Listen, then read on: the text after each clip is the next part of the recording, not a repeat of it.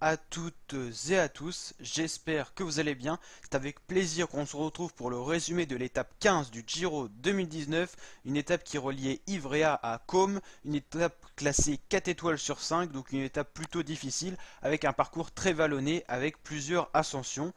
Le profil de cette étape, le voilà.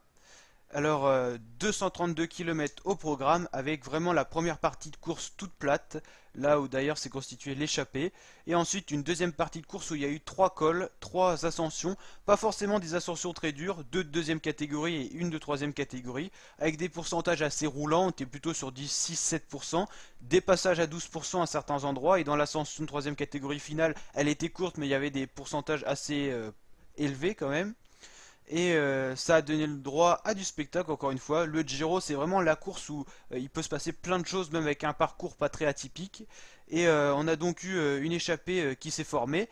Et puis très vite deux coureurs de cette échappée se sont démarqués. Dario Cataldo et également Fabio Cataneo, deux coureurs italiens qui se sont isolés très vite à l'avant. Ils ont formé un duo quasiment tout au long de l'étape. Et derrière un groupe des favoris qui au fur et à mesure des ascensions s'est rétréci. Et au final on a retrouvé quelques coureurs tels que Primoz Roglic, Nibali, Pozzovivo, toujours les mêmes favoris, une vingtaine de coureurs en fait qui ont constitué le peloton jusqu'à l'ascension finale où on a eu le droit à des attaques. Alors on a eu d'ailleurs des attaques avant dans la journée. Dans ce col-là, on a eu une attaque de Simon Yates qui a été le seul à vraiment se démarquer, mais au final, il n'a pas trop accentué son attaque. Il s'est fait reprendre par le peloton, tout simplement parce que il n'a pas réussi à prendre trop d'avance. La victoire d'étape était foutue pour lui parce qu'il y avait déjà deux hommes à l'avant avec quasiment 5 minutes d'avance. Il n'avait pas bouché le trou tout seul, et puis personne s'est joint à son attaque, sauf sa première attaque où on a eu Nibali et Carapaz qui ont contré, et Landa, et finalement ça s'est regroupé. Et Simon Yates au final n'a pas décidé de poursuivre son attaque et son périple devant le peloton. Et du coup le peloton s'est regroupé, on a eu une vingtaine de coureurs et dans l'ascension finale on a eu des attaques. Notamment une attaque de Carapaz et Nibali qui ont formé un duo et qui ont monté cette dernière ascension à deux. Roglic a été un petit peu lâché, il a eu des ennuis mécaniques et du coup Roglic a perdu à peu près 10 secondes dans cette ascension là. Il était avec un groupe avec notamment Landa, Machka était en difficulté également, aidé toujours par son coéquipier Davide Formolo, et toujours des défaillances autour de Mollema, Zakarin, des coureurs en difficulté. Hugh Carty a été impressionnant, Simon Yates est en train de retrouver ses jambes, il a pu rejoindre notamment dans la descente le groupe Nibali Carapaz.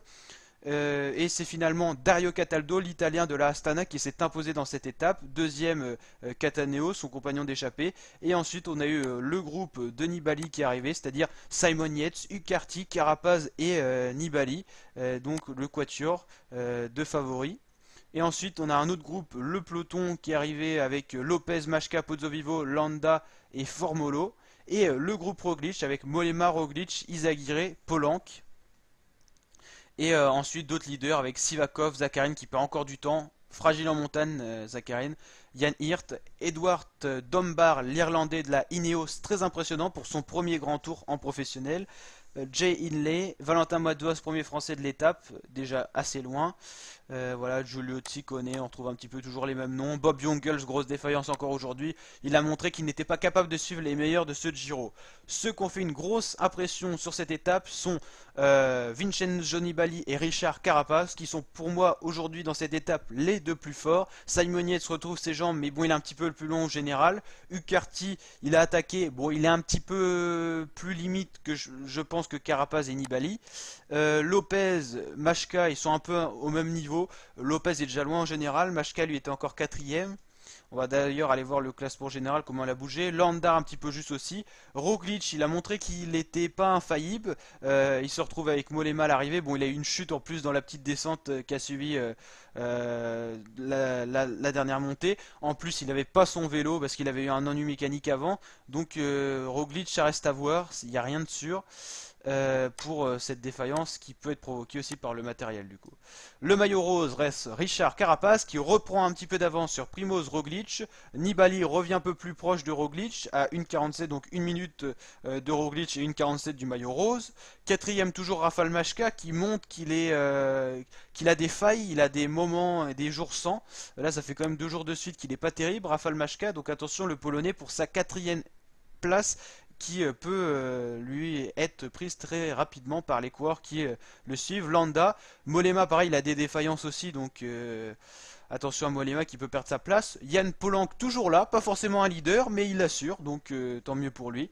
Simon Yates il grappille seconde par seconde avec ses attaques, il en veut, il montre que c'est un champion. Sivakov, Lopez qui est loin. Lopez lui je pense pourra grappiller des places au général parce il est plus en forme que sa place en fait. Il a perdu beaucoup de temps contre la montre mais en montagne il est quand même plus présent, il est un petit peu meilleur que ceux devant lui comme Sivakov par exemple ou encore Polanc et Mollema. Zakharine toujours juste en montagne, lui il peut perdre sa place. Formolo après c'est des équipiers hein. Madouas bon le premier français 13e c'est quand même loin mais ça va. Hugh Carty, Joes Dombrowski, Delaparté, Vuillermoz, Conti voilà. Bob Jungels déjà très loin dans le général, bon il a montré qu'il pourrait pas être leader hein. Et voilà. Classement par points, ça reste Arnaud Desmar. Classement de la montagne, Giulio Ciccone, grosse avance. Maglia Branca, le maillot blanc. Sivakov, toujours maillot blanc. Mais attention au retour de Miguel Angel Lopez à 7 secondes. Donc attention, ces deux-là vont jouer le maillot blanc. C'est sûr, derrière c'est trop loin. À part si les deux abandonnés. Mais bon, normalement non. Et on l'espère pas. Et voilà pour le résumé de cette étape. J'espère que ça vous a plu. Si c'est le cas, n'hésitez pas à bombarder la barre des likes. Et à vous abonner pour suivre d'autres vidéos sur ma chaîne YouTube. Ciao la team!